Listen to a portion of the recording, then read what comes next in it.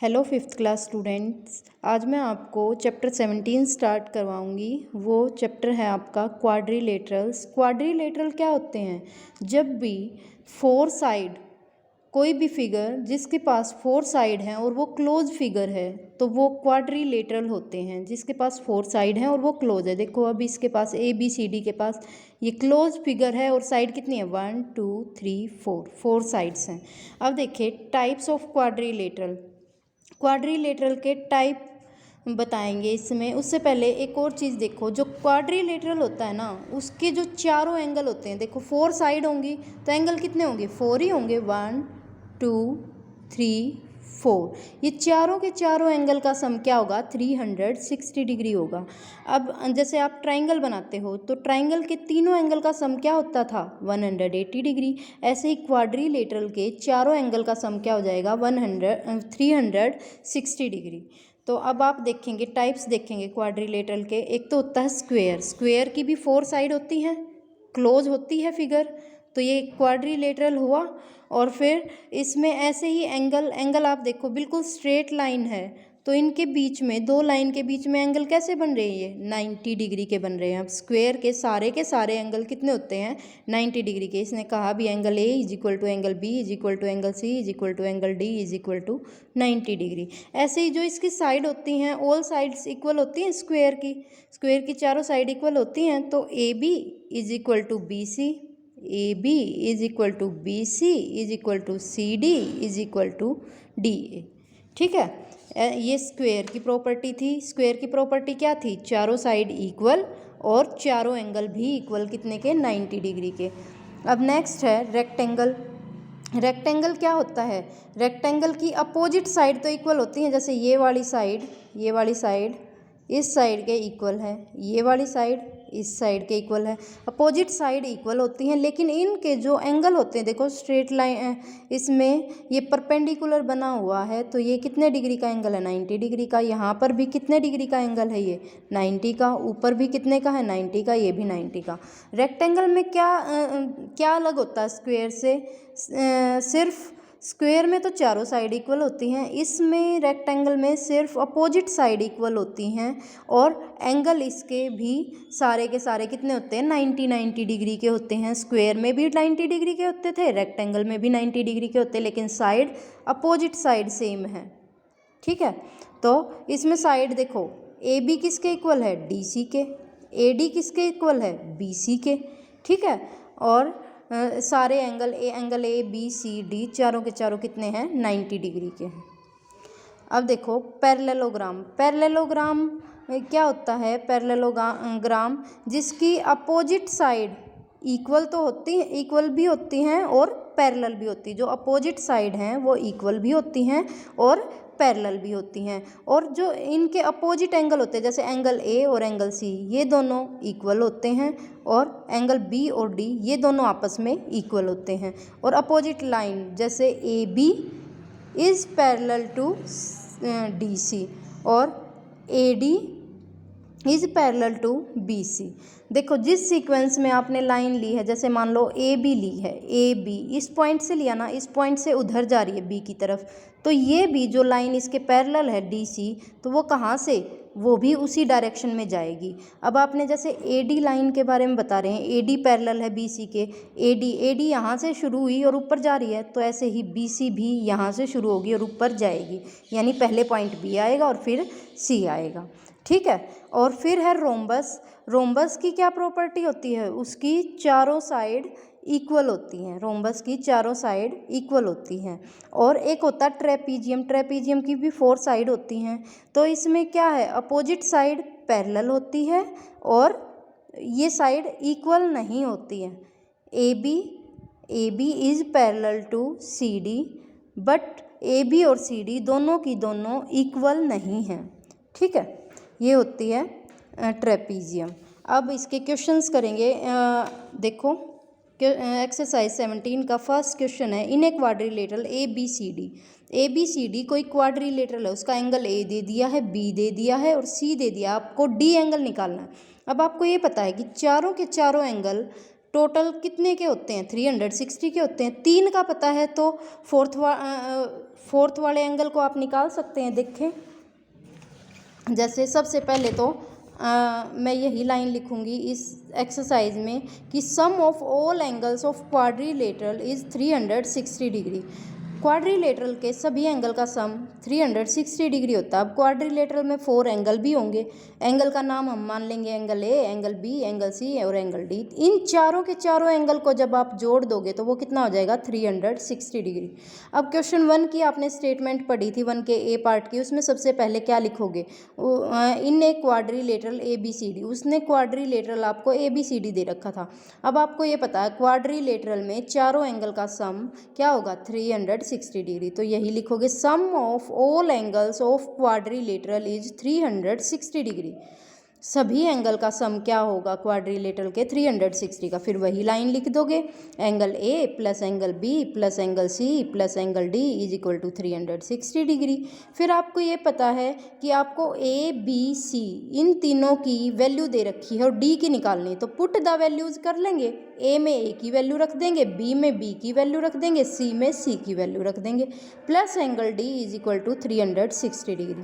अब आप क्या करेंगे, इन तीनों को पहले ऐड करेंगे। इन तीनों को आपने ऐड किया तो क्या आया, ये आपका 270 degree plus angle D is equal to 360 degree.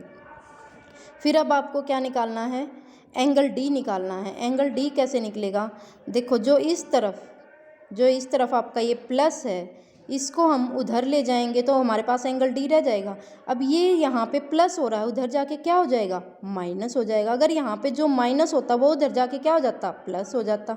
अब ये यहाँ पे प्लस हो रहा है, उधर जाके क्या हो जाएगा, माइनस। तो 360 ऐसे का ऐसे और रह जाएगा माइनस 270 डिग्री।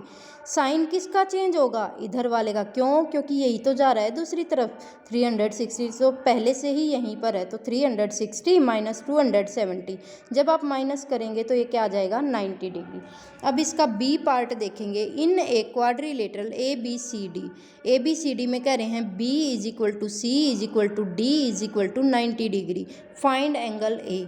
इसने ये कहा है बी सी और डी तीनों के तीनों इक्वल हैं, कितने, 90 के, सारे के सारे 90, बी भी 90 है, सी भी और डी भी 90 है। तो आपको क्या निकालना है, एंगल ए निकालना है। देखो अब वैसे ही लिखेंगे, in a quadrilateral A B C D, sum of all angles of quadrilateral is 360 degree.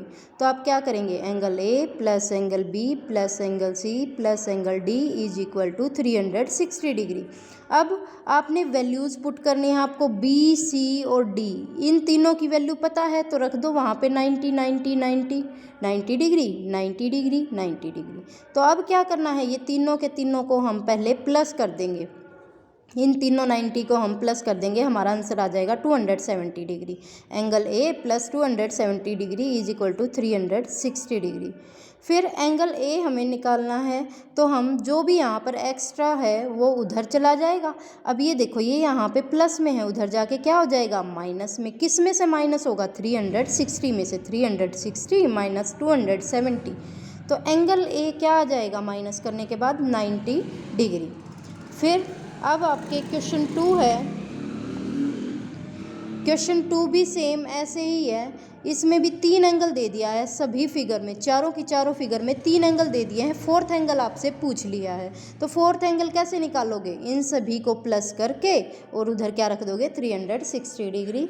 और फिर इन तीनों को प्लस करके 360 में से माइनस कर दोगे। देखो ए फिगर आपकी ऐसे थी, हमने नेम लिख लिए हैं। जो आपकी क्वेश्चन मार्क वाला एंगल है ना, उसको डी ही लेना, हर बार उसको डी लेना, उससे तुम्हें आसानी रहेगी। Angle A, angle B, angle C और डी, ये साइक्लिक ऑर्डर में होना चाहिए name, A B C D, ठीक है। अब in a quadrilateral A B C D quadrilateral में क्या होगा, sum of all angles of quadrilateral is 360 degree. सारे के सारे एंगल का सम क्या है, 360 डिग्री। तो ये क्या हो जाएगा, angle A plus angle B plus angle C plus angle D is equal to 360 degree. फिर इन एंगल की जगह एंगल नेम लिख दोगे जो दे रखे हैं। ए कितना है 70 डिग्री, बी कितना है 100 डिग्री, सी कितना है 80 डिग्री। इन तीनों को प्लस कर देंगे, ये क्या आ जाएगा 250 degree plus angle D is equal to 360 degree. मैंने क्या कहा है, आपको तो सिर्फ एंगल डी चाहिए, तो जो भी एक्स्ट्रा है उसको दूसरी तरफ ले जाओ। अब ये यहाँ पे प्लस में है, उधर जाके क्या हो जाएगा माइनस में। 360 डिग्री माइनस 250 डिग्री कितना हो गया 110 डिग्री हो गया। एंगल डी आ गया आपका 110 डिग्री। ऐसे ही आपकी बी फिगर है, बी फिगर में भी 3 एंगल दे दिए हैं और जो फोर्थ एंगल है उसका हमने नाम क्या रख दिया डी रख दिया। बाकी का ए बी सी रख लो, A B C D cyclic order में हो गए ए बी सी डी। अब क्या लिखेंगे, in quadrilateral A B C D sum of all angles of quadrilateral is 360 degree. तो फिर angle A plus angle B plus angle C plus angle D is equal to 360 degree. अब इसमें value रख देंगे आप जो हैं। ए की value 60 degree, 130 degree, 70 degree plus angle D is equal to 360 degree. अब तीनों एंगल को आप प्लस करेंगे तो ये हो जाएगा 260 degree plus angle D is equal to 360 degree.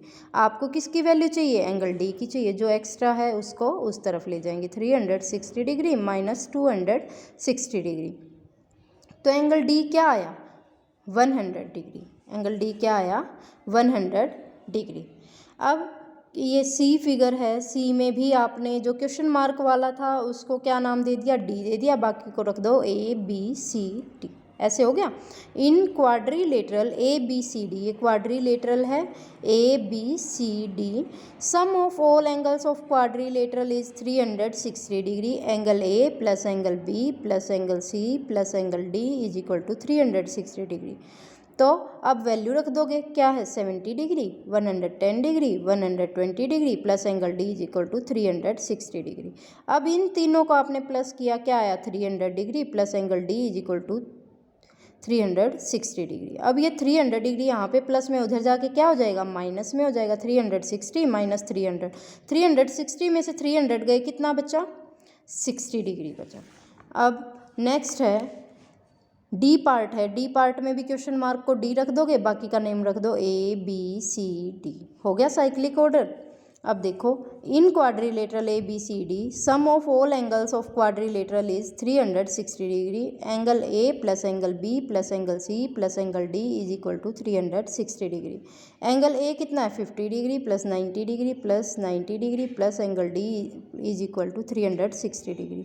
इन तीनों को जब आप प्लस करेंगे तो आपका आंसर आएगा 230 degree plus angle D is equal to 360 degree. अब ये 230 उधर जाके क्या हो जाएगा माइनस हो जाएगा, 360 minus 230, angle D is equal to 130 degree. Okay.